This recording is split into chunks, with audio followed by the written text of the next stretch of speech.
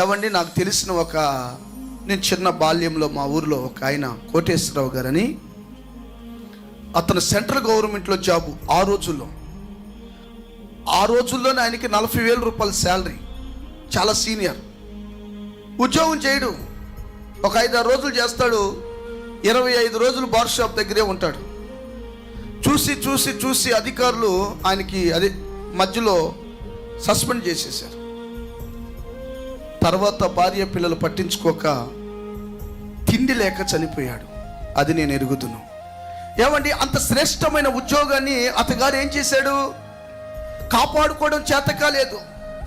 పౌలు గారు అంటాడు, దేవుని బిడ్డలారా, కొరింథీ సంఘమా, దేవుడు ఉచితముగా నీకు గొప్ప రక్షణ ఇచ్చాడు.